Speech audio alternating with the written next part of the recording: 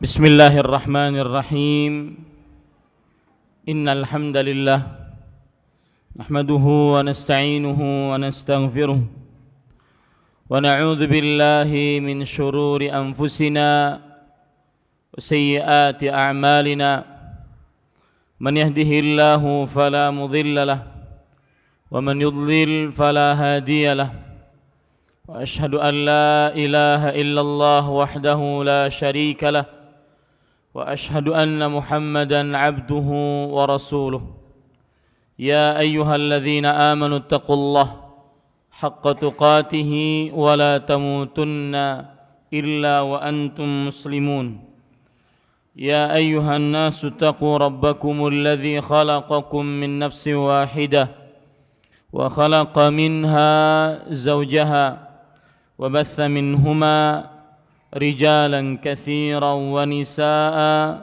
واتقوا الله الذي تساءلون به والأرحام إن الله كان عليكم رقيبا يا أيها الذين آمنوا اتقوا الله وقولوا قولا سديدا يصلح لكم أعمالكم ويغفر لكم ذنوبكم ومن يطع الله ورسوله فقد فاز فوزا عظيما أما بعد فإن أصدق الحديث كتاب الله وأحسن الهدي هدي محمد صلى الله عليه وعلى آله وسلم وشر الأمور محدثاتها وكل محدثة بدعة وكل بدعة ضلالة وكل ضلالة في النار.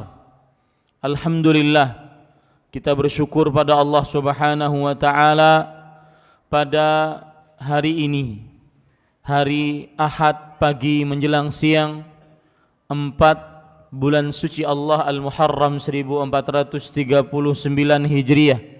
Kita dimudahkan oleh Allah dengan takdirnya untuk duduk di Masjid Ar-Ra'iyah di kota Palembang ini untuk mengkaji ayat-ayat suci Al-Quran dan hadis-hadis Rasul sallallahu alaihi wa ala alihi wasallam.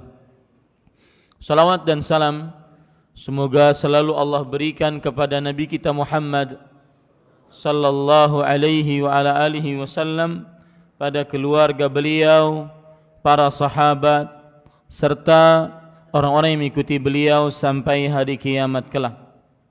Dengan nama-nama Allah yang husna dan sifat-sifatnya yang ulia, kita berdoa, Allahumma inna nas'aluka ilman nafi'an wa rizqan tayyiban wa amalan mutaqabbala. Wahai Allah, sesungguhnya kami memohon kepada Engkau ilmu yang bermanfaat, rezeki yang baik, dan amal yang diterima. Amin ya rabbal alamin.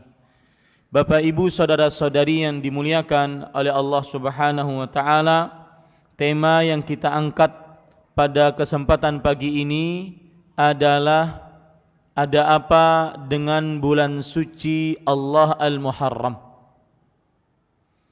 Tema ini akan membicarakan tentang seputar bulan suci Allah Al-Muharram dan pelajaran-pelajaran dari bulan suci Allah Al-Muharram ini. Berarti ada dua tema ini. Yang pertama membicarakan tentang seputar bulan suci Allah Al-Muharram dan apa saja pelajaran yang kita bisa ambil dari bulan suci Allah Al-Muharram ini.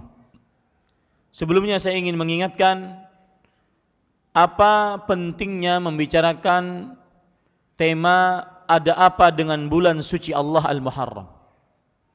Pentingnya dari sisi karena bulan suci Allah Al-Muharram adalah termasuk dari bulan suci dan mengagungkan hal-hal apa-apa yang terhormat di sisi Allah, termasuk daripada kebaikan dan ketakwaan hati. Ini tema, ini pentingnya. Ketika kita membicarakan bulan yang disucikan Allah, seperti bulan suci Allah Al-Muharram ini, berarti sebenarnya kita sedang mengagungkan apa-apa yang terhormat di sisi Allah, apa-apa yang diagungkan oleh Allah Subhanahu wa taala. Dan siapa yang mengagungkan perkara-perkara yang diagungkan dan dihormati oleh Allah, berarti itu termasuk tanda kebaikan untuknya dan tanda ketakwaan hati. Berdasarkan firman Allah Subhanahu wa taala dalam surat Al-Hajj surat ke-22 di ayat 30 dan 32. Allah Subhanahu wa taala berfirman, "Dzalika wa man yu'azzim hurumatillah fahuwa khairul lahu 'inda rabbih." Yang demikian itu, barang siapa yang mengagungkan apa-apa yang terhormat di sisi Allah, maka itu lebih baik baginya di sisi Rabb-Nya. Lihat kata-kata lebih baik. Siapa yang mengagungkan apa-apa yang dihormati oleh Allah, yang terhormat dan teragung di sisi Allah Subhanahu wa taala, maka itu lebih baik baginya.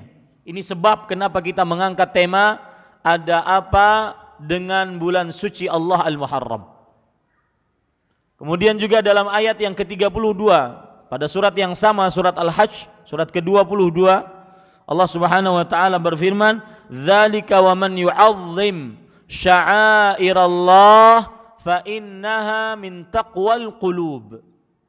Demikianlah perintah Allah, dan barang siapa yang mengagungkan syiar-syiar Allah. Bulan suci Allah Al-Muharram termasuk syiar-syiar Allah. Siapa yang mengagungkan syiar-syiar Allah, maka sesungguhnya itu timbul dari ketakwaan hati. Ini kenapa kita mengangkat tema ada apa dengan bulan suci Allah Al-Muharram.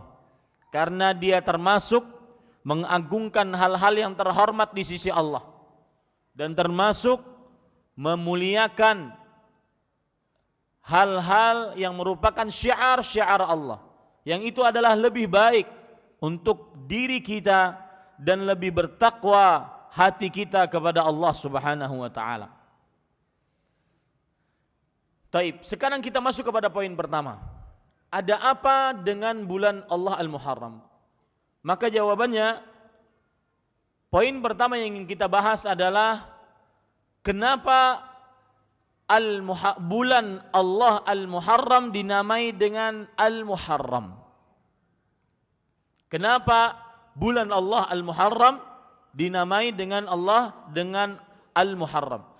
Sebelum saya lanjutkan, jadi makanya agar kaum muslimin mengenal ini bulan suci dan memperingati ataupun mengingatkan kaum muslimin tentang kesucian bulan ini tidak hilang di tengah kaum muslimin, makanya saya mengangkat tema ini. Karena sebagian kaum muslimin menganggap bulan Muharram bulan biasa, padahal dia adalah bulan suci. Sebagaimana yang disebutkan oleh Rasulullah, oleh Allah Subhanahu wa taala dalam surah At-Taubah ayat 38. Allah Subhanahu wa taala berfirman, "Inna iddatash syuhuri 'indallah 12 syahran fi kitabillah yauma khalaqas samawati wal arda minha arba'atun hurum. Dzalika ad-dinul qayyim fala tadhlimu fihinna anfusakum." Artinya, sesungguhnya bilangan bulan di sisi Allah ialah 12 bulan sesuai dengan ketetapan Allah di dalam kitab Allahul Mahfuz. Sewaktu Allah menciptakan langit dan bumi, di antara 12 bulan tersebut terdapat 4 bulan suci. Itulah ketetapan agama yang lurus. Maka janganlah kalian berbuat zalim di dalam bulan-bulan suci tersebut. 4 bulan suci ini dijelaskan oleh Rasulullah sallallahu alaihi wasallam dalam hadis riwayat Bukhari.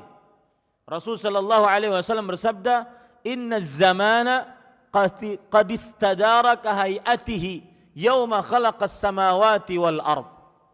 As-sanatu 12 syahran. Arba'atun 12 syahran minha arba'atun hurum, thalathatun mutawaliyat, Dzulqa'dah wa Dzulhijjah wal Muharram wa Rajab Mudhar baina Jumada wa Sya'ban. Yang artinya sesungguhnya masa telah berputar seperti permulaannya pada hari Allah Subhanahu wa taala menciptakan langit dan bumi. 1 tahun jumlahnya 12 bulan. Dari 12 bulan terdapat 4 bulan suci. 3 bulan pertama dari 4 bulan tersebut terletak berurutan. Dzulqa'dah, Dzulhijjah dan Al-Muharram. Ini kita dalamnya. Dan bulan keempat yaitu bulan Rajab yang diagungkan oleh kaum Mudhar yang terletak antara bulan Jumada dengan bulan Sya'ban. Maka sebagaimana sudah saya sebutkan, poin pertama bahwa kenapa kita membicarakan tema ini, karena kita sedang mengagungkan bulan suci yang disucikan oleh Allah.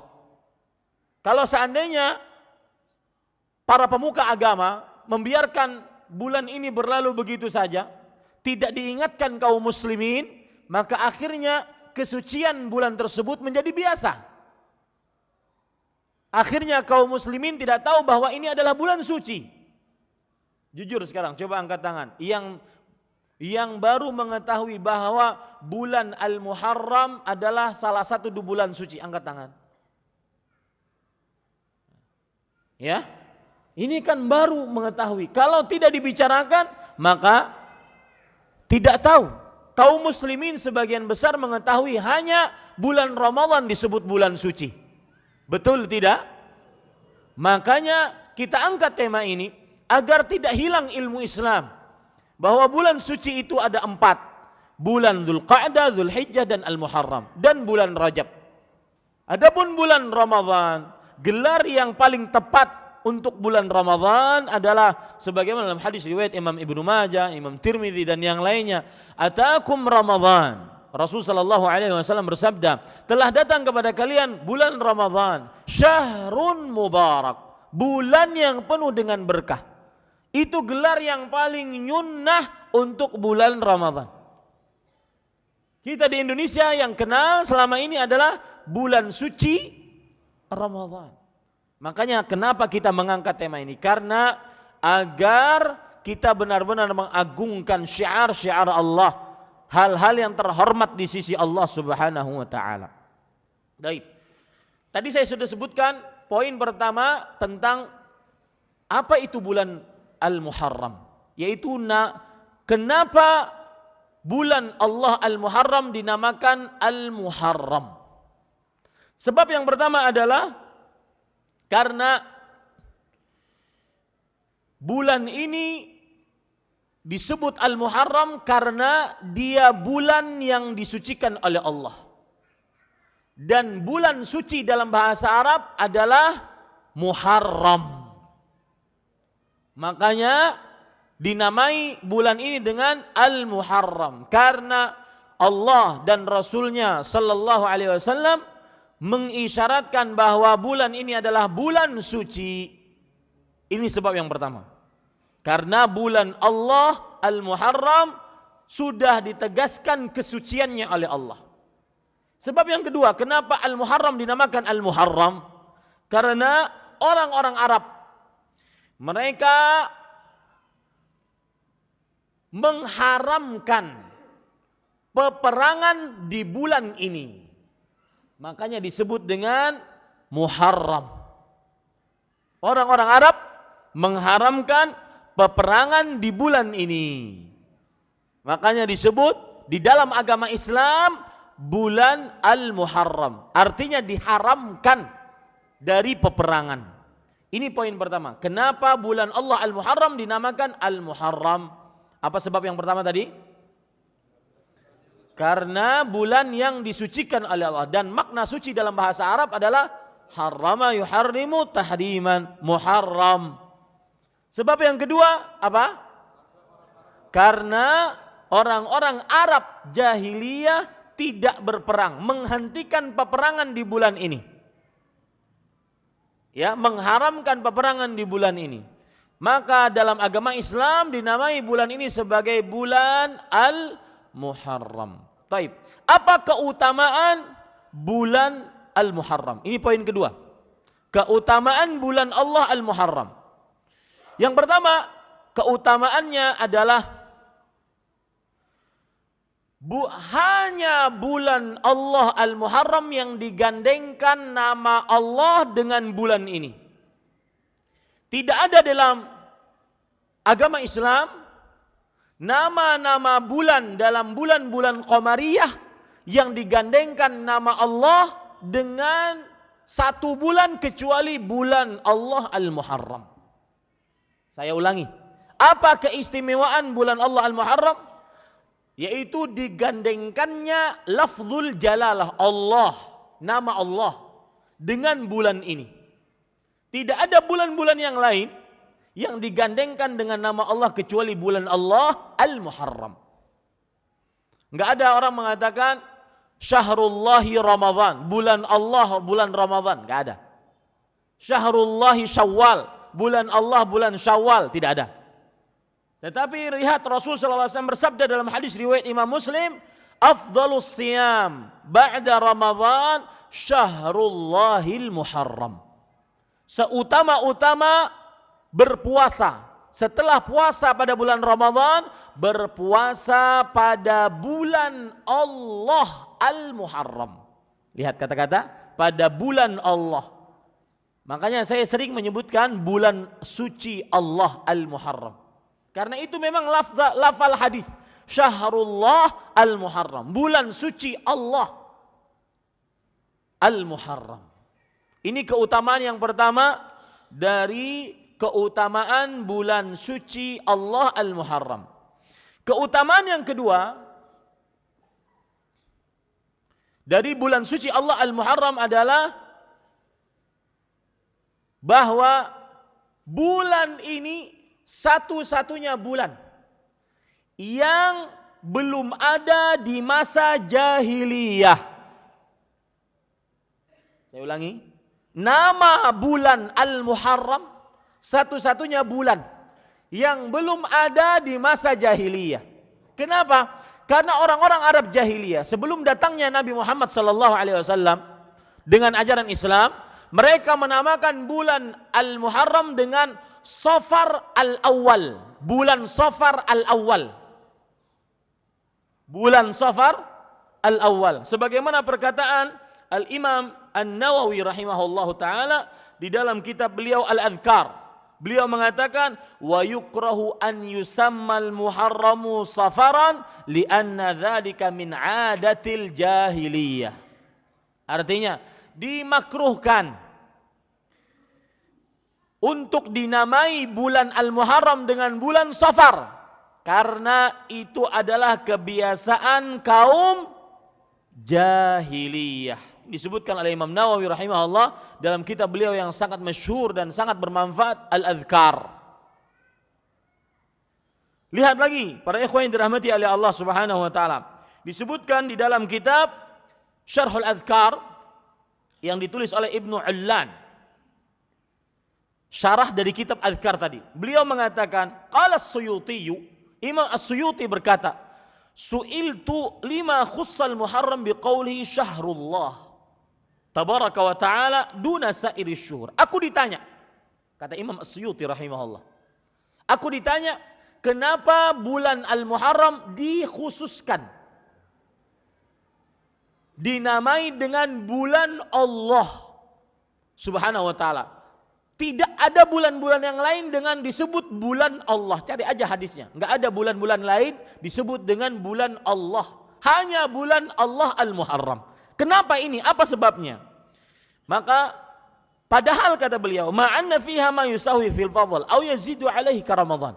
Padahal ada bulan-bulan yang lain yang sama keistimewaannya dengan bulan Allah Al-Muharram, seperti bulan suci lainnya, Dzulqa'dah, Dzulhijjah dan Rajab. Atau yang lebih utama dari bulan Al-Muharram seperti Ramadan. Kenapa tidak dinamai bulan Allah Al-Muharram? Maka beliau menjawab, bi anna hadzal isma islamiyun duna sairi syuhur fil jahiliyah. Karena nama ini adalah nama yang islami, yang benar-benar baru ada ketika Nabi Muhammad SAW diutus menjadi Nabi dan Rasul. Jadi nama Al-Muharram tidak ada di zaman jahiliyah. Wa kana ismul Muharram fil jahiliyah Safarul Awwal walladzi ba'dahu Safarul Tsani. Dan nama bulan Allah Al-Muharram di masa jahiliyah namanya adalah apa tadi? Safarul Awwal. Adapun bulan Safar yang setelah Muharram ini, kan bulan Safar, mereka namainya bagaimana? Safar Tsani. Safar yang kedua. Safar awal itu berarti Safar pertama, Safarnya disebut Safar kedua. Ini di masa kapan? Jahiliyah. Ini para ikhwan yang dirahmati oleh Allah. Falamma ja'al Islam sammahu Allah azza wa jalla al-Muharram fa udhifa ilaihi azza wa jalla bihadha al-i'tibar wa hadha faidatun latifah ra'aituha fil jamharah. Lalu ketika datang Islam dibawa oleh Nabi Muhammad sallallahu alaihi wasallam, Allah menamainya dengan Al-Muharram. Lalu digandengkan nama Allah dengan nama bulan tersebut, disebut dengan Syahrullah, bulan Allah. Karena hanya ada dalam agama Islam. Ya, ini adalah faidah yang menarik. Disebutkan dalam kitab Al-Jamharah. Ini para ikhwan yang dirahmati oleh Allah. Itu keutamaan dari bulan Allah Al-Muharram. Itu keutamaan yang kedua. Karena nama Al-Muharram tidak ada nama bulan di masa jahiliyah kecuali di masa Islam. Yang ketiga, keistimewaan dari bulan Allah Al-Muharram, para ikhwan yang dirahmati oleh Allah, yaitu tidak ada bulan yang diberikan alif lam di depannya selain Al-Muharram. Kita runut nanti. Ya, tidak ada bulan dalam Islam yang diberikan al di depannya, alif lam. Contoh, kita runut ya dari mulai awal, dan ini juga mengingatkan kepada kaum muslimin agar ingat bulan-bulan Qamariyah, lebih mengingat dibandingkan bulan-bulan Masehi. Karena ibadah Anda sangat erat kaitannya dengan bulan-bulan Qamariyah. Jujur, angkat tangan yang belum hafal dengan baik bulan Qamariyah. Oh, Masya Allah. Ya. Dan itu nanti pelajaran menarik ada saya sebutkan dalam perkara ini. Urutan bulan Qamariyah dalam tahun Hijriyah. Yang pertama Al-Muharram, pakai al, satu-satunya pakai Al-Muharram. Yang kedua Safar. Yang ketiga Rabiul Awal.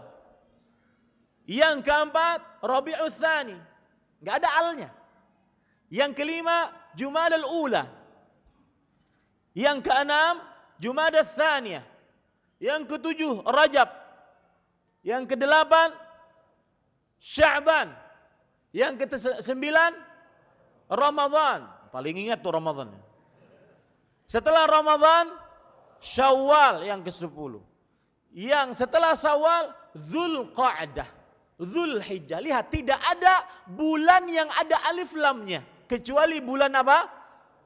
Al-Muharram. Makanya penyebutan yang paling tepat untuk bulan Al-Muharram pakai al, meskipun kita di Indonesia. Itu di kalender-kalender, kalau seandainya ada pesantren-pesantren yang bikin kalender pakai al, penyebutannya pun pakai al. Dan ini disebutkan oleh para ulama. Saya akan bacakan sekarang. Di antaranya, para ikhwan yang dirahmati oleh Allah, disebutkan di dalam kitab Mu'jam Al-Manahil Lafdhiyah. Kamus lafal-lafal yang terlarang dalam Islam, yang ditulis oleh Syekh Bakr Abu Zaid rahimahullah. Beliau mengatakan, wa minal akhta allati yaqa'u fiha katsirun minan nas qauluhum muharram. Termasuk kesalahan yang terjadi di tengah-tengah manusia adalah ucapan mereka mengucapkan bulan Muharram tanpa al. Muharram. Mujarradan anil alifi wal lam, yang disebutkan tanpa alif dan lam. Wassawabu an yuqal, dan pendapat yang benar adalah diucapkan al-Muharram. al-Muharram. Lianna al-Araba lam tadhkur hadha asy-syahra illa mu'arrafan. Wa bidza waradatil ahadits syarifah wa asy'arul Arab. Karena orang-orang Arab setelah datang Nabi Muhammad sallallahu alaihi wasallam tidak menyebutkan bulan Al-Muharram kecuali dengan al. Begitu pula di dalam hadis-hadis sahih disebutkan dengan al. Begitu pula di dalam syair-syair Arab disebutkan dengan al. Dan ini menunjukkan keistimewaan bulan Allah Al-Muharram. Lihat hadis yang saya sebutkan tadi. Rasulullah SAW bersabda, "Afdhalus siyam ba'da Ramadan syahrullahi Al-Muharram." Puasa yang paling utama setelah berpuasa pada bulan Ramadan, berpuasa di bulan Allah Al-Muharram. Pakai al. Maka lihat ya, kawan-kawan yang membuat kalender sunnah pakai al, karena itu lebih sesuai dengan sunnah. Al-Muharram. Yang menulis pengumuman pun, makanya kalau pengumuman kita gimana? Kajian di Palembang ini. Ya, ada apa dengan bulan suci Al-Muharram? Betul. Karena itu judul dari saya. Ya. Al-Muharram pakai al. Dan saya yakin belum atau sedikit orang yang mengetahui akan hal ini. Ya. Ini para ikhwan yang dirahmati oleh Allah Subhanahu wa taala. Taib. Kemudian Bapak Ibu, saudara-saudari yang dimuliakan oleh Allah, keistimewaan yang lain yang dimiliki bulan suci Allah Al-Muharram adalah di dalamnya terdapat hari yang agung yang disebut dengan hari Asyura. Asyura.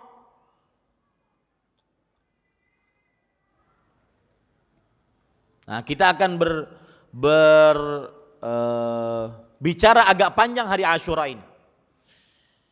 Jadi yang keberapa? Keutamaan yang keberapa? Yang keempat. Yang keempat yaitu keistimewaan bulan suci Allah Al-Muharram karena di dalamnya terdapat hari Asyura. Hari yang agung. Apa itu hari Asyura? Dia adalah hari ke-10 dari bulan suci Allah Al-Muharram menurut pendapat jumhur. Sebagaimana disebutkan oleh Imam Nawawi dalam kitab beliau Al-Minhaj, Syarah Nawawi ala Sahih Muslim. Kemudian juga oleh Al-Hafidh Ibnu Hajar dalam kitab beliau Fathul Bari. Ini menunjukkan bahwa terjadi perbedaan pendapat di antara para ulama.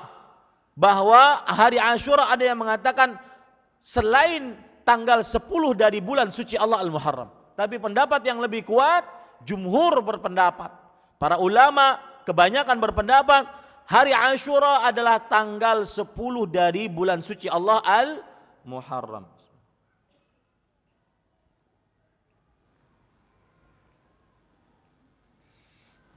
Taib.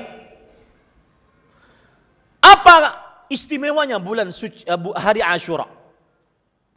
Apa istimewanya hari Asyura? Sehingga dengan kita mengetahui keistimewaan hari Asyura, kita mengetahui istimewanya di bulan Allah Al-Muharram. Karena di dalam bulan Allah Al-Muharram lah terdapat hari Asyura. Yang pertama, istimewanya hari Asyura, yaitu Rasulullah sallallahu alaihi wasallam di dalam hadis riwayat Bukhari dan dalam hadis riwayat Imam Muslim, Bukhari Muslim, Abdullah bin Abbas bercerita. Saya sebutkan poinnya dulu ya, baru hadisnya. Istimewanya hari Asyura disebut oleh Rasulullah sebagai Yaumun Saleh, hari yang baik. Dalam riwayat yang lain disebut oleh Rasulullah sebagai Yaumun Azim, hari yang agung. Ini keistimewaan hari Asyura, hari baik, hari agung. Sebagaimana dalam sebuah hadis riwayat Imam Muslim dari Abdullah bin Abbas radhiyallahu anhu, beliau bercerita, qadima Rasulullah sallallahu alaihi wasallam al-Madinah, fawajada al-yahuda siyaman yaum Asyura. Nabi Muhammad SAW ketika berhijrah sampai ke kota Madinah di bulan Allah Al-Muharram. Lalu beliau ketika di Madinah mendapati kaum Yahudi sedang berpuasa pada tanggal 10 dari bulan suci Allah Al-Muharram. Lalu Rasulullah SAW berkata, "Ma hadzal yaum alladzi tasumunah?" Hari apakah ini yang kalian berpuasa? Kenapa kalian berpuasa wahai kaum Yahudi? Maka qalu hadza yaumun azim. Ini adalah hari yang agung. Dalam riwayat yang lain, hadza yaumun salih. Ini adalah hari yang baik. Nah, ini keistimewaan hari Asyura. Kemudian dijelaskan, kenapa agung? Kenapa baik? Anjallahu fihi Musa wa qaumah. Karena Allah telah menyelamatkan di dalamnya Nabi Musa dan kaumnya. Wa aghraqa fir'auna wa qaumahu fasamahu syukran lillah. Dan Allah telah menenggelamkan Fir'aun dan kaumnya. Dan Nabi Musa pun berpuasa karena bersyukur kepada Allah Subhanahu wa taala. Di dalam riwayat yang lain, hadza yaumun salih, riwayat Imam Muslim. Ini adalah hari yang baik. Ini adalah hari yang baik. Najjallahu bani Israila min aduwwihim. Allah menyelamatkan Bani Israel dari musuh mereka, yaitu Fir'aun dan bala tentaranya. Nah, nanti kita akan ambil pelajaran dari kisah Nabi Musa dan Fir'aun ini. Pelajaran-pelajaran yang begitu menarik. Ini menunjukkan keistimewaan hari Asyura. Yang pertama. Yang kedua, keistimewaan hari Asyura, para ikhwan yang dirahmati oleh Allah Subhanahu wa taala, adalah Rasulullah sallallahu alaihi wasallam sangat memperhatikan berpuasa pada hari Asyura. Sebagaimana di dalam hadis yang diriwayatkan dari Abdullah bin Abbas radhiyallahu anhuma, beliau berkata, "Ma ra'aitu Rasulullah sallallahu alaihi wasallam yataharra siyama yaumin qat min Asyura." Aku tidak pernah melihat Rasulullah sallallahu alaihi wasallam berpuasa, sangat memperhatikan berpuasa pada hari itu dibandingkan berpuasa pada hari Asyura. Sangat beliau perhatikan, dan ini menjadi poin bagi kita. Kalau kita lihat sekarang tanggal 4 Al-Muharram, ya, berarti tanggal 24 sekarang, 24 September 2017. Berarti hari Asyuranya tanggal 30, hari Sabtu, September. Ya, maka ini menjadi pelajaran bagi kita. Ada nanti juga saya akan sebutkan permasalahan-permasalahan berpuasa pada hari Sabtu. Ada yang bertanya, "Ustadz, di hari Sabtu saya nikahan atau diundang nikah, maka bagaimana? Bertepatan dengan hari Asyura." Maka kita katakan tidak terlarang untuk melakukan pernikahan di hari Asyura. Bahkan semoga baik. Karena hari agung itu, hari baik. Tetapi tentunya setelah akad nikah, kalau Anda puasa, maka jika ingin membatalkan puasanya, itu hak Anda. Jika ingin melanjutkan puasanya, maka itu pun hak Anda.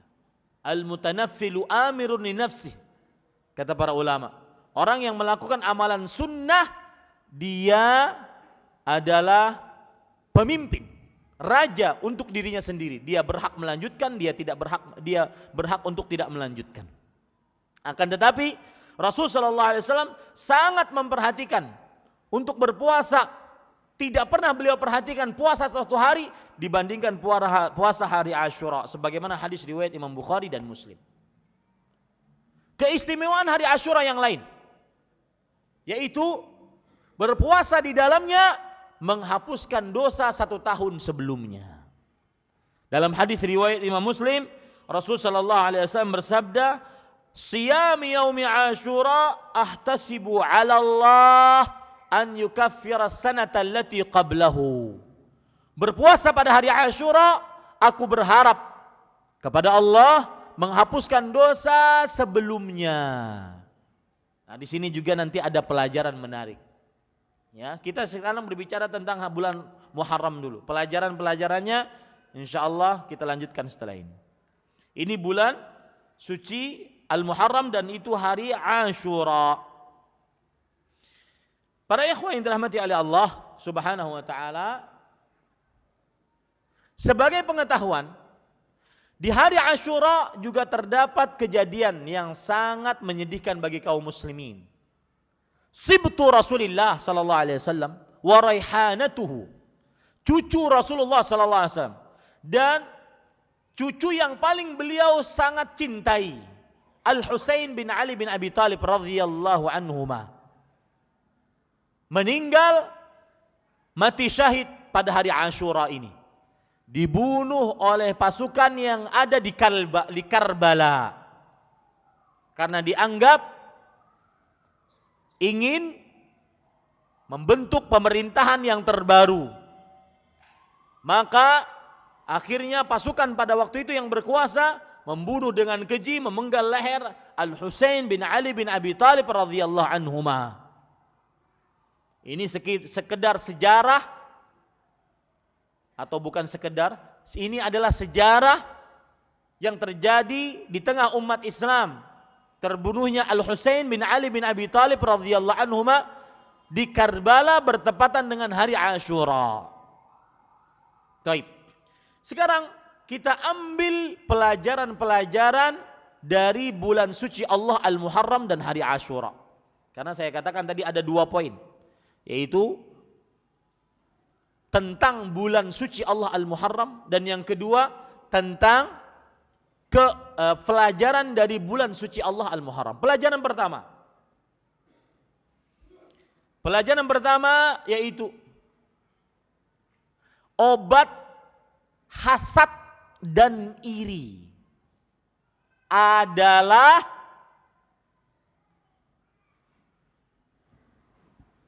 meyakini bahwa semua kelebihan dan kekurangan sudah ditakdirkan oleh Allah 50.000 tahun sebelum penciptaan langit dan bumi sesuai dengan ilmu dan hikmahnya.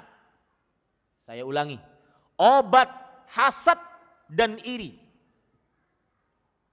adalah meyakini di dalam hati bahwa semua kelebihan, kekurangan takdir Allah sesuai dengan ilmu dan hikmah Allah Subhanahu wa ta'ala. Para ikhwah, hasad itu dosa paling berbahaya. Makanya Allah berfirman di dalam surat Al-Falaq, Qul a'udzu birabbil falaq min syarri ma khalaq wa min syarri ghasiqin idza waqab wa min syarri naffatsati fil 'uqad. Yang artinya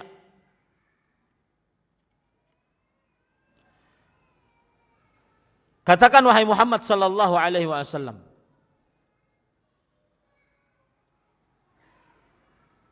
sebentar. Katakan wahai Nabi Muhammad sallallahu alaihi wasallam, aku berlindung dari Rabb yang memiliki waktu falak, itu waktu subuh. Min syarri ma khalaq, dan aku berlindung dari keburukan yang tercipta. 1. Wa min syarri ghasiqin idza waqab, dan aku berlindung dari waktu malam apabila meliputi. 2. Wa min syarri naffatsati fil 'uqad, dan aku berlindung dari wanita-wanita penyihir yang meniup di buhul-buhul. 2. Habis itu, wa min syarri hasidin idza hasad, dan aku berlindung dari seorang yang hasad jika dia hasad. Para ulama di antaranya Az-Zamakhsyari dalam kitabnya At-Tafsirul Kabir mengatakan, kenapa dosa hasad dimintai perlindungan paling akhir? Ini perlu dicatat. Kenapa dosa hasad dimintai perlindungan kepada Allah paling akhir? Li'annahu min akhassit tabai'. Karena hasad adalah sifat yang paling terburuk dari semua penyakit-penyakit hati. Hasad sifat yang paling terburuk dari semua penyakit-penyakit hati. Makanya disebutkan di akhir, wa min syarri hasidin idza hasad. Setelah minta perlindungan dari waktu malam, dari apa yang tercipta, dari tukang sihir, baru yang terakhir dari orang yang hasad jika dia hasad. Disebutkan paling terakhir kenapa? Karena dia sifat yang paling terburuk. Kita buktikan sekarang. Maksiat yang paling pertama terjadi di atas langit. Awwalu dzambin usiyallahu bih. Dosa yang paling pertama Allah dimaksiati dengannya. Disebabkan hasad. Kenapa? Atau siapa hasad kepada siapa? Enggak ada hadiah di sini. Hasad siapa kepada siapa? Angkat tangan. Adab kalau menjawab pertanyaan angkat tangan. Nah, silakan. Hasadnya iblis kepada Adam. Ketika Adam alaihissalam diciptakan oleh Allah dengan kedua tangan Allah subhanahu wa ta'ala, kemudian belum dimasukkan ruh padanya, iblis berjalan mengelilingi Adam. Kemudian iblis mengatakan, melihat, oh ternyata ajwaf la yatamallak. Ternyata ini hanya sekedar rongga tubuh yang tidak bisa berdiri dengan tegak. Makanya iblis mengatakan di dalam Al-Quran, kata iblis, ana khairun minhu. Khalaqtani min nar wa khalaqtahu min tin. Sebagaimana disebutkan di dalam surat Al-A'raf surat ke-12, surat Al-A'raf ayat ke-12 dan surat Sad ayat ke-76. Allah berfirman, qala ma mana'aka alla tasjuda id amartuk. Wahai iblis, apa yang menahanmu untuk sujud ketika aku memerintahkanmu? Aku perintahkan kamu untuk sujud. Kenapa engkau tidak mau sujud? Qala ana khairun minhu khalaqtani min nar wa khalaqtahu min tin. Aku lebih baik darinya wahai Allah. Engkau telah menciptakan aku dari api dan engkau telah menciptakan dia dari tanah. Iblis mengira api lebih baik dari tanah. Padahal tidak demikian. Di dalam surat Sad ayat 76, qala ana khairun minhu khalaqtani min nar wa khalaqtahu min tin. Sama ayatnya. Ini menunjukkan bahayanya hasad. Dosa paling pertama dimaksiati Allah di atas langit akibat hasad. Yang kedua, buruknya hasad. Dosa paling pertama terjadi di atas muka bumi akibat hasad. Siapa yang hasad kepada siapa? Angkat tangan. Nah. Yang hasad siapa? Qabil. Dihasati siapa? Habil. Ada kadang-kadang orang terbalik. Siapa yang membunuh? Yang membunuhnya siapa? Qabil atau Habil? Kan? Ragu-ragu. Qabil, Habil, Qabil, Habil. Ragu karenanya. Saya beri kunci biar tidak ragu. Di dalam bahasa Arab, sang pembunuh diucap sebagai qatilun, pakai qaf di depannya. Pembunuh qatilun. Maka yang membunuh siapa? Qabil. Namanya Qabil. Ya, Qabil. Yang dibunuh adalah Habil. Kenapa Ustaz? Ceritanya bagaimana? Qabil, Nabi Hawa alaihissalam ketika melahirkan, karena dulu belum banyak manusia, ketika melahirkan maka melahirkannya selalu kembar pengantin. Qabil dengan saudarinya, Habil dengan saudarinya. Nah, agar banyak terjadi perkembangbiakan manusia, maka nikahnya silang. Qabil menikahi saudarinya Habil. Habil menikahi saudarinya Qabil. Dengan takdir Allah, Qabil menikahi saudarinya Habil yang rupanya tidak terlalu cantik. Sedangkan Habil menikahi saudarinya Qabil yang saudari Qabil ini adalah cantik.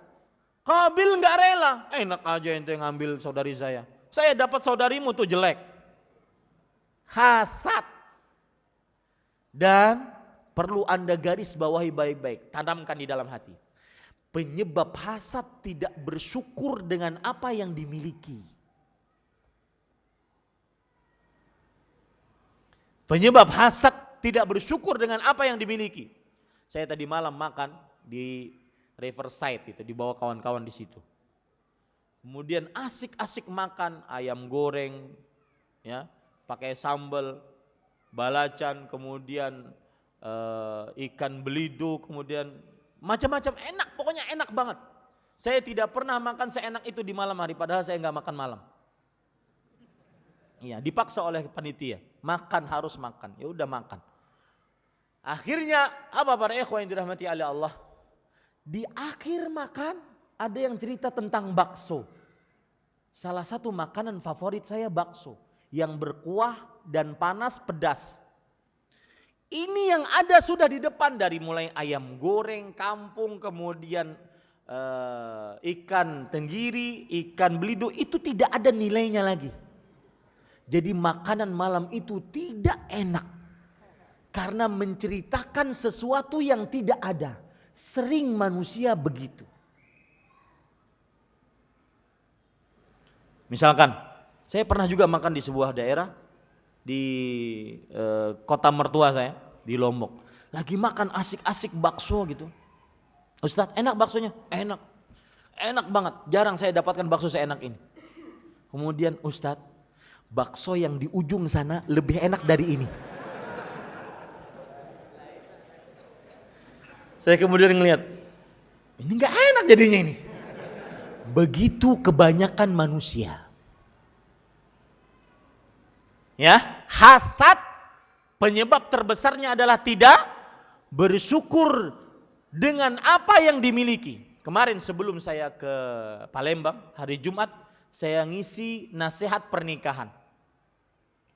Saya katakan pada waktu itu, salah satu konsep yang paling mudah agar keluarga sakinah, mawaddah dan rahmah, maka bersyukurlah dengan apa yang dimiliki. Suami, ya, laki-laki menikahi seorang perempuan, sudah, itulah istri Anda, syukuri, sekurang-kurangnya itulah sudah. Ustaz, hidungnya agak ke dalam, ya udah itulah. Ustaz, kulitnya putih tua, ya udah itulah. Ya Bu ya, mohon maaf Bu. Sudah terima. Ya. Kalau seandainya ingin lebih, silahkan nikah kalau berani.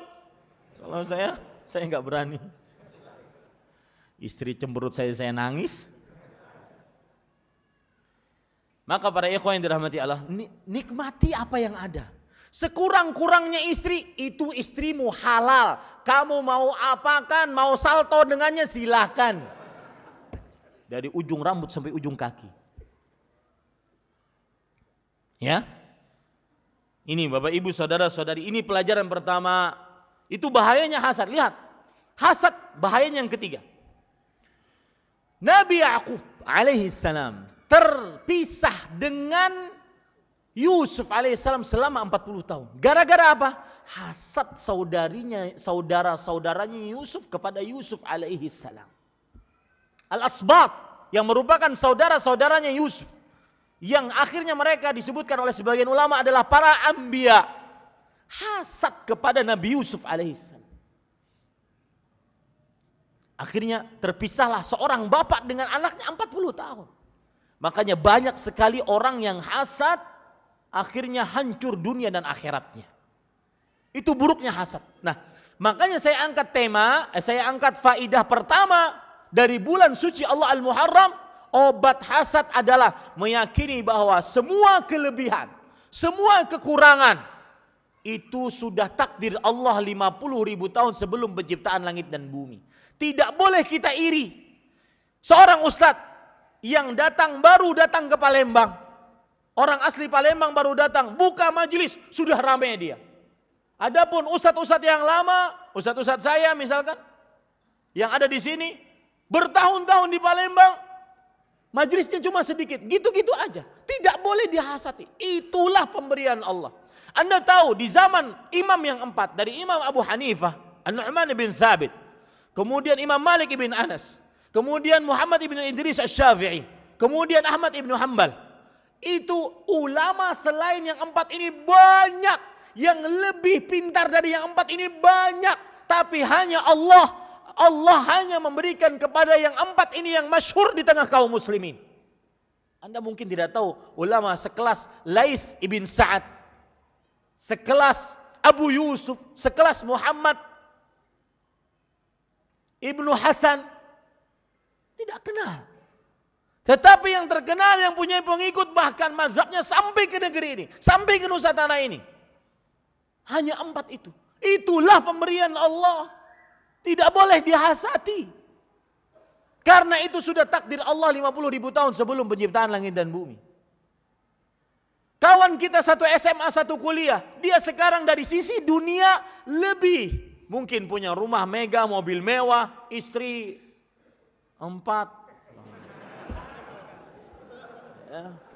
Ya sudah, itu pemberian Allah Subhanahu wa taala. 50.000 tahun sebelum penciptaan langit dan bumi. Ya, tidak boleh hasad seseorang. Kenapa? Karena tidak akan bisa Nabi Musa sama dengan Nabi Isa, nggak akan bisa. Nabi Muhammad SAW dengan Nabi Ibrahim tidak akan pernah sama. Semua memiliki keistimewaan masing-masing. Tapi yang paling penting agar kita tidak hasad adalah ayo berlomba-lomba dalam kebaikan. Dari mana itu Ustaz? Apa hubungannya dengan bulan Al-Muharram dengan bulan dengan hasad? Hubungannya adalah di dalam bulan Al-Muharram Allah memuliakan Al-Muharram. Allah memuliakan menjadi bulan Allah. Allah memuliakan di dalamnya hari Asyura. Tidak ada hari selain itu di bulan-bulan yang lain. Itu murni penciptaan dan takdir Allah 50.000 tahun sebelum penciptaan langit dan bumi. Maka lalu kenapa kita hasad? Terutama Pak, kekayaan dan rupa. Saya berpesan ini pada ibu-ibu, saudari-saudari muslim, kepada bapak-bapak, ya, yakini baik-baik, yakini baik-baik. Rupa dan harta, dua hal yang tidak bisa dijadikan standar untuk prestasi di hadapan Allah. Rupa dan harta, dua hal yang tidak bisa dijadikan standar prestasi di hadapan Allah. Kenapa?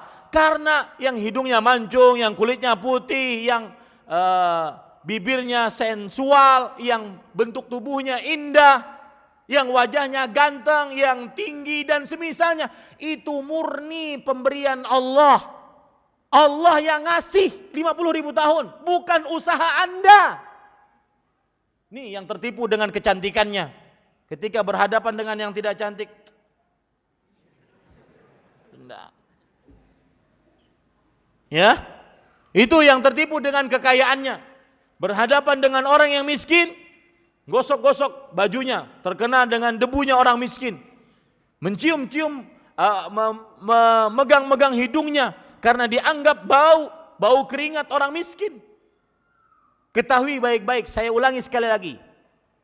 Rupa dan harta dua hal yang tidak bisa dijadikan standar prestasi di hadapan Allah. Tetapi yang bisa dijadikan standar prestasi di hadapan Allah, iman dan amal. Rasulullah SAW bersabda, Innallaha la yanzuru ila suwarikum wala ila amwalikum, walakin yanzuru ila qulubikum wa a'malikum. Allah tidak melihat kepada rupa dan harta kalian, tetapi Allah melihat kepada apa? Iman, hati, yaitu iman dan amal kalian. Wajah cantik, bibir sensual, mata indah. Saya pernah ke Aceh, Ustadz, di Aceh ada wanita-wanita bermata biru. Kalau Ustadz ingin kita bisa pesankan, emang mangga dipesan. Maka para ikhwan yang dirahmati oleh Allah Subhanahu wa taala, saya bilang itu bukan standar prestasi. Ya, kalau ada wanita cantik tetapi ternyata inner beauty-nya tidak mendukungnya, tidak manfaat. Hafalan Al-Qur'annya kurang. Cuma 3 qul. Tambah surat paling favorit, Inna A'taina. Itu pun warisan TK. Enggak ada manfaatnya. Kurang dibandingkan yang hafal juz ke-30 atau 30 juz. Ada sebagian perempuan yang kadang-kadang hafal salon-salon kecantikan di kota Palembang ini. Tapi ketika doa-doa yang diajarkan oleh Rasulullah sallallahu alaihi wasallam tidak hafal. Coba kita bikin prestasi dalam hidup, Pak. Saya beri contoh ya, mudah-mudahan tergugah. Saya ingin tahu bacaan sholat dari mulai takbir sampai salam yang pernah dibaca oleh Rasulullah yang belum saya hafal. Apalagi di zaman sekarang, zaman yang sangat mudah untuk mendapatkan ilmu itu. Buku-buku sudah diterjemahkan. Contoh misalkan bacaan doa istiftah yang sering dibaca mungkin wajjahtu wajhiya lilladzi fataras samawati wajjahtu wajhiya lilladzi fataras samawati sampai terakhir. Atau yang sering dibaca Allahumma ba'id baini wa baina khataayaya. Di sana ada bacaan-bacaan yang lain. Contoh bacaan ruku yang paling terkenal subhana rabbiyal azim. Di sana ada bacaan-bacaan yang lain. Subhanakallahumma bihamdika Allahumma ighfirli subuhun quddus rabbul malaikati war ruh subhana dzil jabarut wal malakut wal kibriya wal azama Allahumma laka raka'tu wa laka sajadtu wa bika amantu. Ini bacaan-bacaan lain. Ada prestasi yang kita capai, ingin capai di dunia ini. Bukan hanya sekedar makan, minum, bergaul, bikin anak. Ya, ingat baik-baik. Rupa dan harta, dua hal yang bukan standar prestasi di hadapan Allah. Tetapi yang merupakan standar prestasi di hadapan Allah Subhanahu wa ta'ala adalah iman dan amal. Ini yang pertama pelajarannya. Ketika Allah memuliakan bulan Allah Al-Muharram, ketika Allah memuliakan hari Asyura, maka kita tidak boleh iri. Begitu pula dalam kehidupan kita sehari-hari. Baik, pelajaran yang kedua, para ikhwah yang dirahmati oleh Allah Subhanahu wa taala. Yaitu ini sedikit pelajaran fikih ya. Jadi ada pelajaran yang berkaitan dengan hati, ada yang pelajaran berkaitan dengan fikih. Saya gabung semuanya. Yang penting pelajaran bulan Allah Al-Muharram. Pelajaran yang kedua yang berkaitan dengan fikih. Bagaimana menggabungkan antara memperbanyak puasa di bulan Allah Al-Muharram dengan memperbanyak puasa di bulan Sya'ban. Kita tahu bulan Sya'ban dalam hadis Aisyah radhiyallahu anha, beliau bercerita, "Ma ra'aitu Rasulullah sallallahu alaihi wasallam aktsara syiyaman syahran minasyuhur min Sya'ban, kana yasumuhu illa qalila." Aku tidak pernah melihat Rasul sallallahu alaihi wasallam berpuasa paling banyak dalam sebulan dibandingkan bulan Sya'ban. Bulan Sya'ban sebelum bulan Ramadan. Beliau berpuasa senantiasa seluruhnya, kecuali sedikit saja yang tidak berpuasa di bulan Sya'ban. Nah, tadi ada hadis yang saya sebutkan. Puasa paling utama di bulan setelah berpuasa pada bulan Ramadan adalah berpuasa pada bulan Allah Al-Muharram. Bagaimana menggabungkannya? Paham permasalahannya? Paham permasalahannya? Apa permasalahannya? Angkat tangan. Menggabungkan apa, Pak?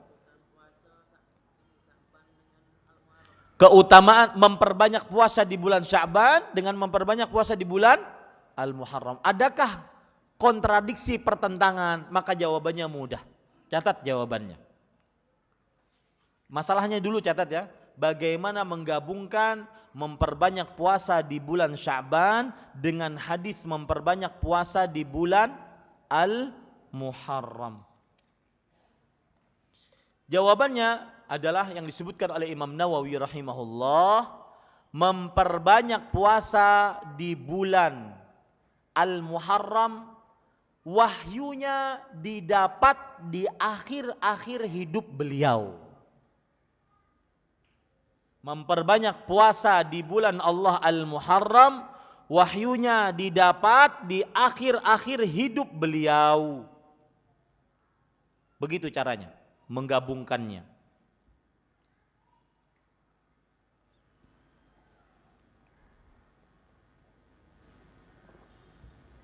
Apa jawabannya para ikhwah? Memperbanyak puasa di bulan Allah Al-Muharram, wahyunya didapat kapan? Di akhir hidup beliau, ketika beliau sebelum meninggal. Itu jawabannya. Berarti yang lebih dahulu adalah memperbanyak puasa di bulan Sya'ban. Taib. Kemudian pelajaran selanjutnya, para ikhwah yang dirahmati oleh Allah Subhanahu wa taala, yaitu pelajaran yang berkaitan dengan akidah. Kalau tadi hati, kemudian setelah itu fikih, akidah. Kita tahu tadi bahwa Rasul sallallahu alaihi wasallam berpuasa pada hari Asyura, bahkan sangat memperhatikan puasa pada hari Asyura, bahkan memerintahkan para sahabatnya berpuasa pada hari Asyura. Maka kita pun mencontohnya. Nah, di sana ada riwayat yang mana Rasulullah sallallahu alaihi wasallam bersabda,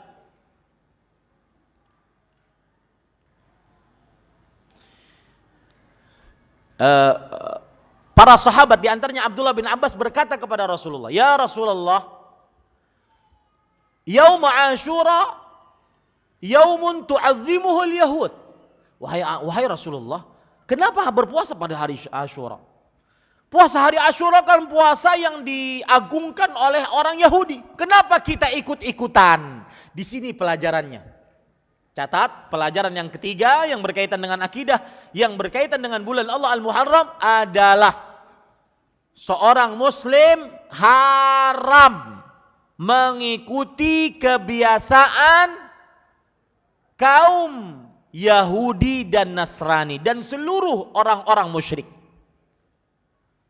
Atau dicatat dengan catatan yang lain yang lebih menekankan, termasuk keyakinan mendasar, ini yang dicatat ya, termasuk keyakinan mendasar bagi seorang muslim, bahkan pokok akidah adalah haram mengikuti kebiasaan orang-orang kafir dan musyrik, baik itu ahlul kitab atau kaum musyrikin lainnya. Ini aslun min usulil aqidah. Ini pokok dari pokok akidah.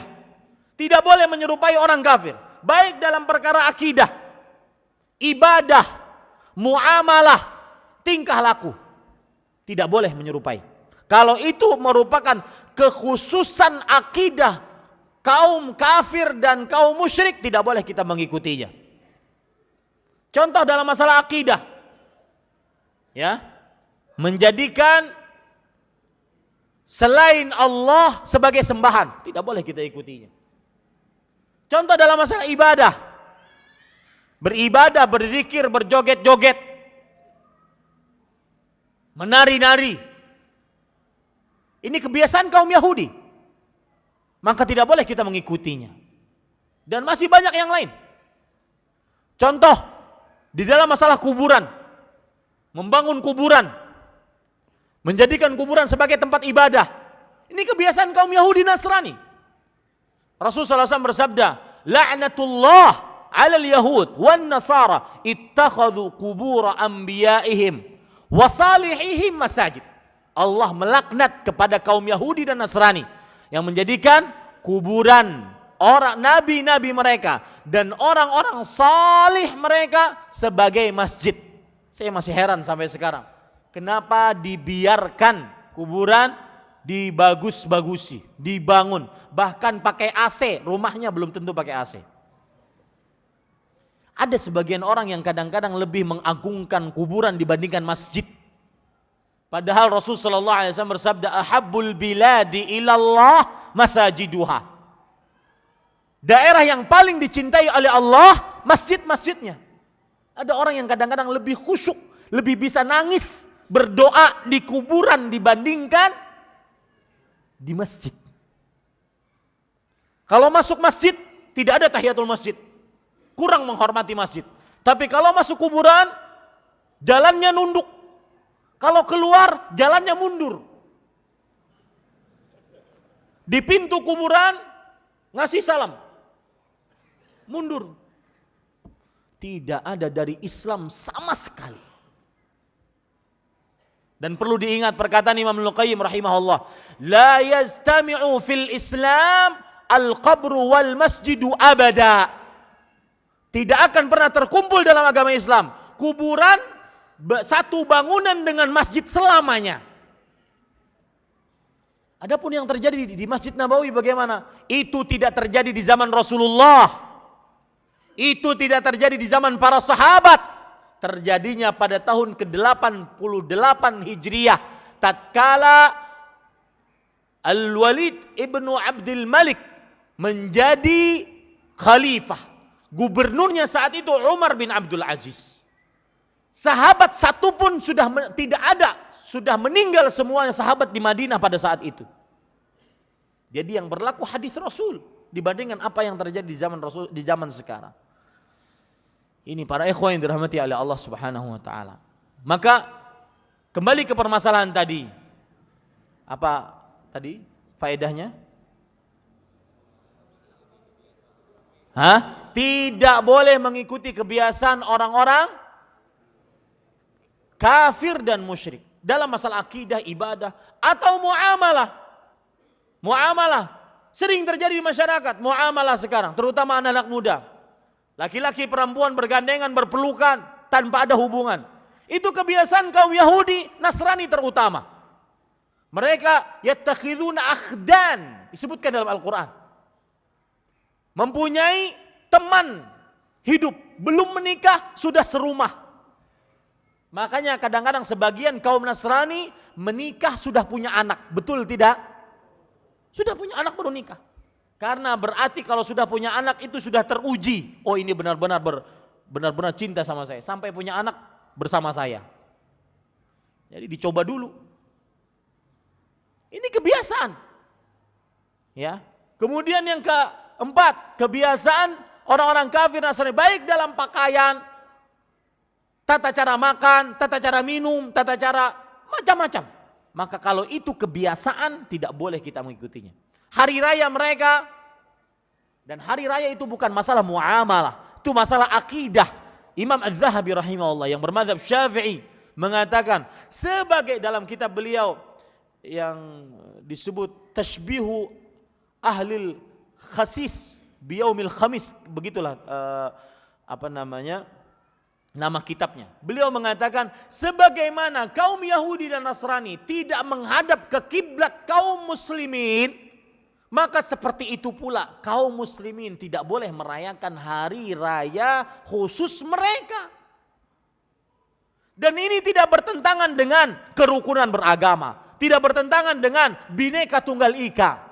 Bahkan Islam sangat menjaga kerukunan dengan firman Allah, lakum dinukum. Itu Islam. Ya, ini para ikhwah, ini akidah seorang muslim, haram mengikuti kebiasaan orang-orang musyrik atau kafir meskipun terlihat baik. Karena tidak ada hukum yang lebih baik dibandingkan hukum Allah dan Rasulnya. Ini sulbul akidah, ini adalah inti akidah seorang muslim. Rasul sallallahu alaihi wasallam bersabda dalam hadis riwayat Imam Abu Daud, "Man tashabbaha biqaum fahuwa minhum." Ini hadis menarik dan ini berkaitan dengan faedah yang ketiga tadi, yaitu menyerupakan diri dengan kebiasaan orang-orang kafir. Beliau bersabda, barang siapa yang menyerupakan diri dengan suatu kaum, maka dia bagian dari kaum tersebut. Penjelasan menarik, penemuan menarik dari Syekhul Islam Ibnu Taimiyah, ulama Islam abad ke-8 Hijriah. Beliau mengatakan, akibat buruk dari menyerupakan diri dengan orang-orang Yahudi dan Nasrani dan orang-orang kafir dan musyrik secara umum adalah turithul mahabbata fil batin. Menyerupakan, misalkan ya, ketika perayaan hari raya kaum Nasrani misalnya, memakai baju-baju berwarna merah-merah, ya, walau hanya sekedar topi merah. Ustadz, ini kan sekedar topi, kita menghormati orang, ini kerukunan beragama, Bhinneka Tunggal Ika. Maka berdasarkan hadis tadi, beliau mengatakan salah satu akibat buruknya adalah turithul mahabbata fil batin, mewariskan rasa cinta kepada agama tersebut di dalam hati. Itu bahayanya. Bukan hanya sekedar pakaian lahiriah saja. Enggak. Maka saya katakan kepada kaum muslimin yang menganggap remeh akan hal ini, ittaqillah sebelum akidah Anda berubah. Takutlah kepada Allah. Makanya Pak, orang-orang yang sering menyerupakan diri dengan orang-orang kafir walau hanya dengan pakaian, itu jarang mereka mencela keyakinan itu. Keyakinan kesyirikan mereka, jarang.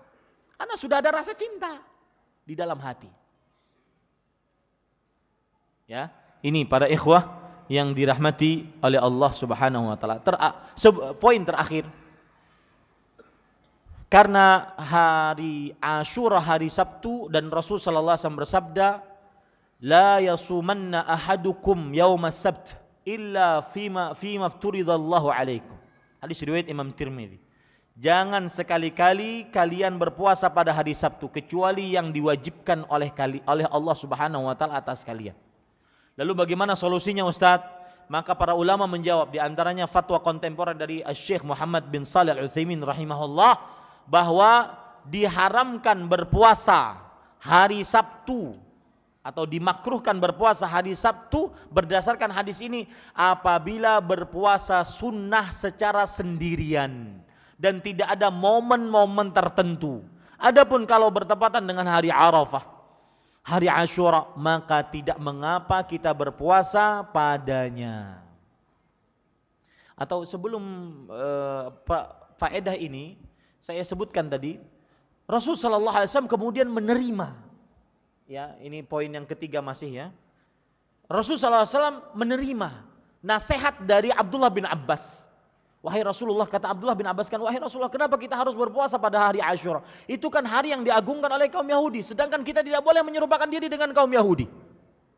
Maka kata beliau dalam hadis riwayat Imam Muslim, la in baqitu ila qabil la asubanna tasu. Kalau seandainya aku hidup tahun depan, maka aku akan benar-benar berpuasa pada tanggal 9-nya. Makanya dianjurkan untuk berpuasa tanggal 9 Al-Muharram dan 10 Al-Muharram.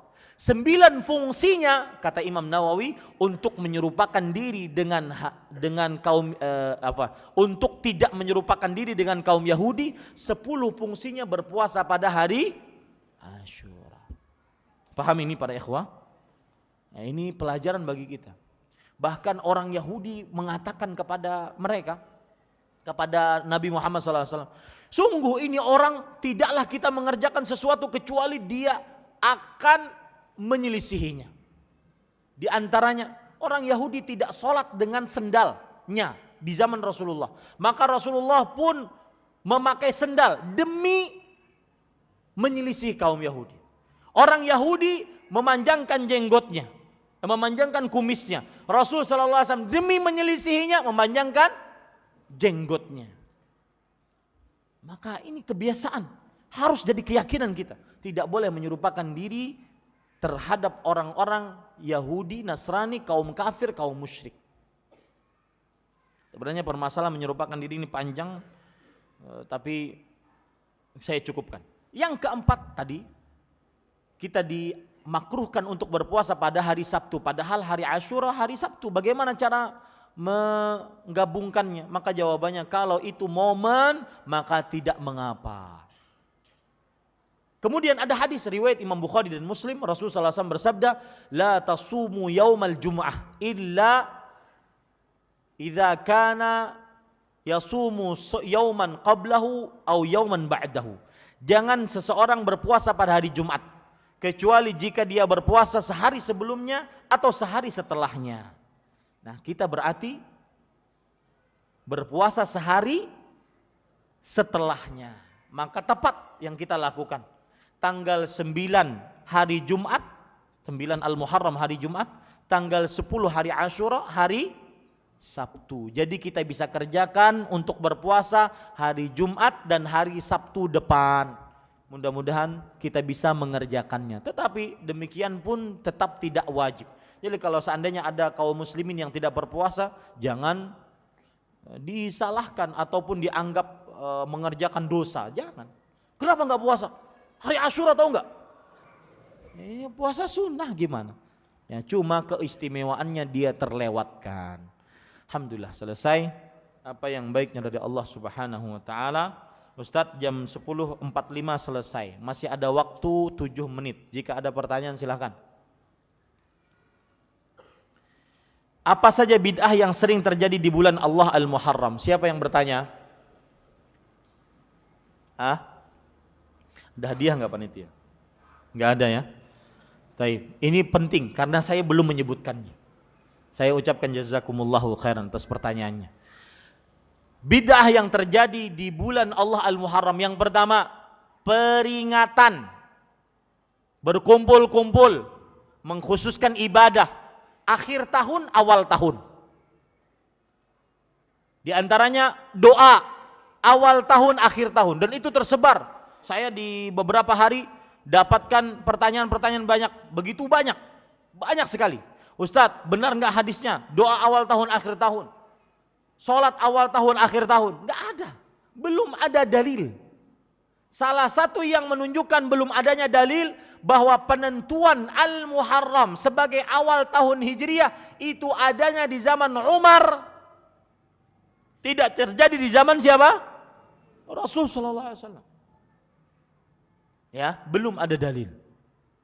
Itu yang pertama. Yang kedua, berkumpul memperingati hijrahnya Rasulullah sallallahu alaihi wasallam.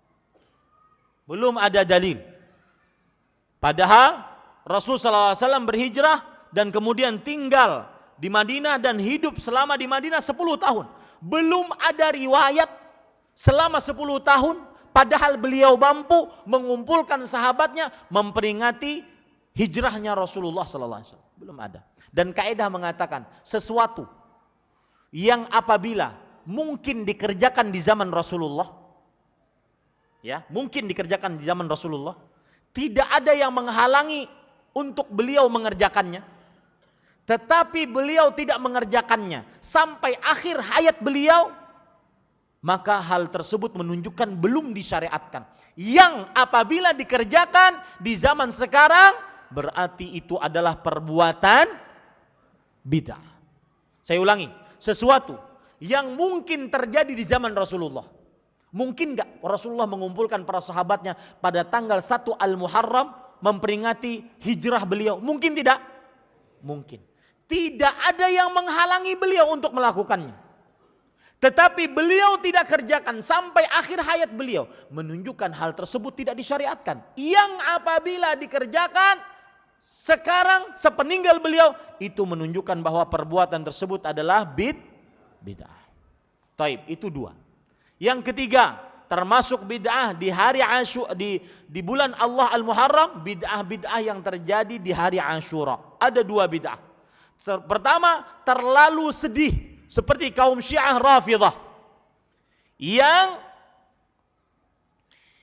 bersedih atas kematian Al-Husain bin Ali bin Abi Thalib radhiyallahu anhuma.